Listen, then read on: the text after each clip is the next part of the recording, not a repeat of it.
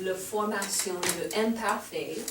Donc, pour le warm-up, s'il vous plaît, lisez la page 116 avec le parti vert.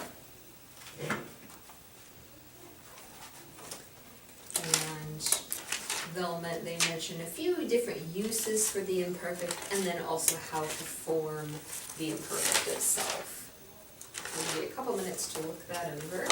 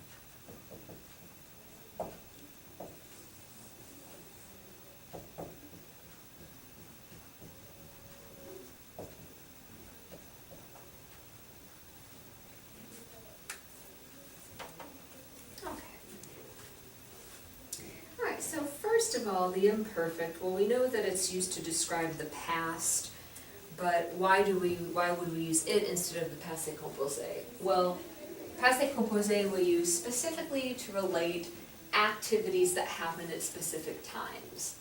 So with the imperfect, it's more abstract. So according to the book, Marie, what are a few times that we would use the imperfect? You're talking about how things used to be. Yeah. So in general, how things used to be.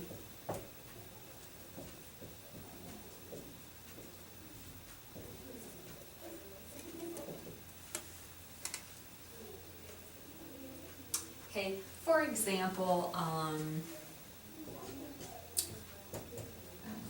see here. Chalet.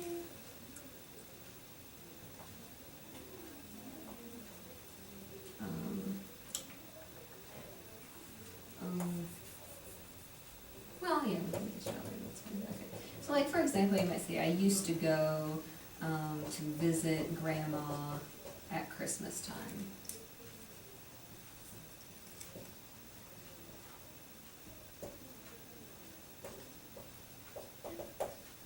Okay, meaning that you did that on a habitual basis of some sort. So these are always going to be things that you can't define at a specific time. Okay. We also use imperfect to talk about what was going on when something else happened.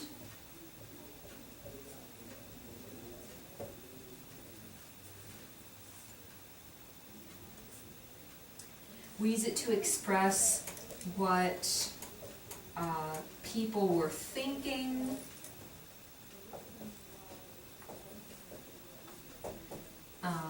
feeling,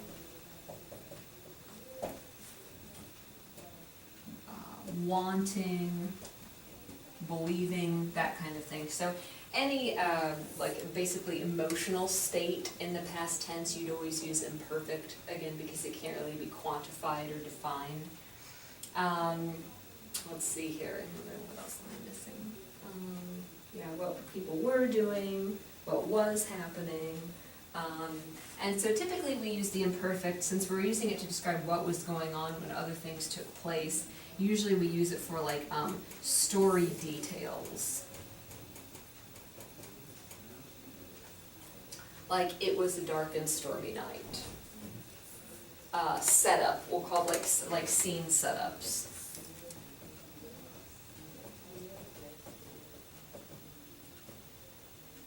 The monster was terrifying. And then he attacked us. He attacked us, that would be passé composé. Okay. So then, to form the imperfect, to find the stem, we're just gonna take whatever the verb is. Let's say it's fair. We wanna talk about something that we did in the past. So we're gonna use the new form of the verb in the present tense.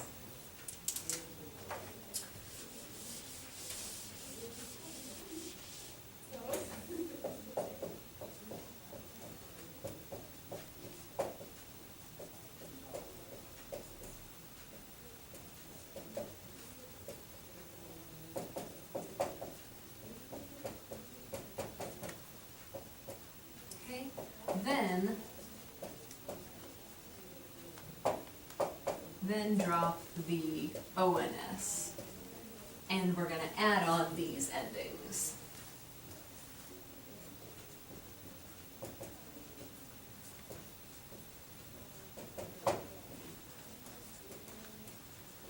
Okay, so for example, we'll take the verb fair. Let's say we want to say we went on a picnic. We used to go on picnics when I was younger. You would say, so we've got the new version is nous faisons, F-A-I-S-O-N-S, in present tense, and we're going to slice off the O-N-S part, and then we add on our I-O-N-S, since we're going to use nous as our subject here anyway. So nous faisions des pique-niques.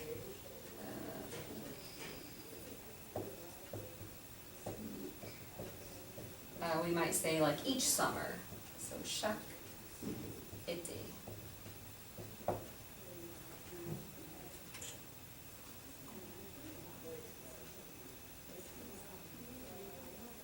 Or using another subject, and I say something like, my mom would always make a cake for us when we went on our picnic. So ma mère faisait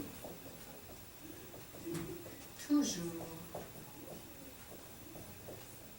un gâteau. Poorly.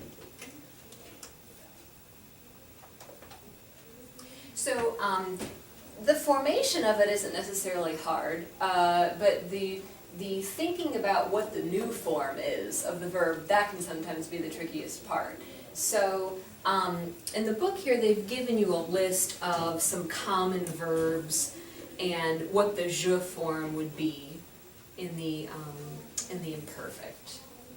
And so the endings, we've seen these before, all of the endings within the boot form, the je, tu, il, el, and il, el plural forms are all pronounced a. Basically just like a solid letter A in English. So like faisait down here.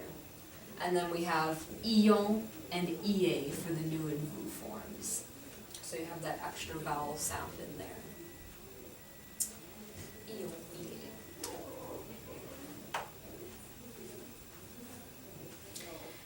They have a little note here, the second green arrow at the bottom says, être is the only verb with an irregular imperfect stem. So for être, you're not going to use some, you are just going to use et, and we know that because we've used être a lot in the imperfect.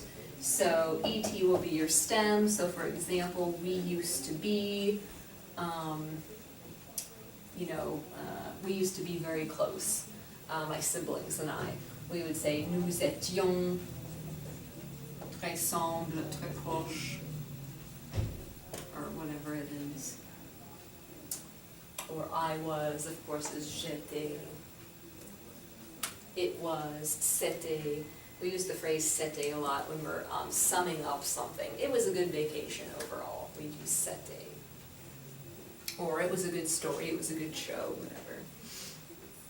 Okay, yeah, so, Marie, I'm gonna give you a few writing exercises to do today for the rest of class, and then tomorrow, hopefully Lauren will be back tomorrow and we can do some speaking exercises together. So for today, I'd like for you to do, exercise 5, 6, and 8 here on these pages. It's just all practice putting together the imperfect. So again, exercises 5, 6, and 8. So Lauren, you'll want to do these as well on your own. Page 116 and 117.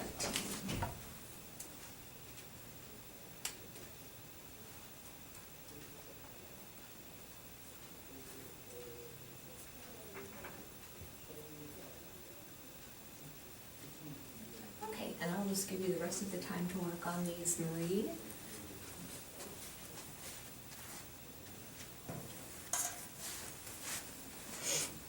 When you say like everyone, is that singular?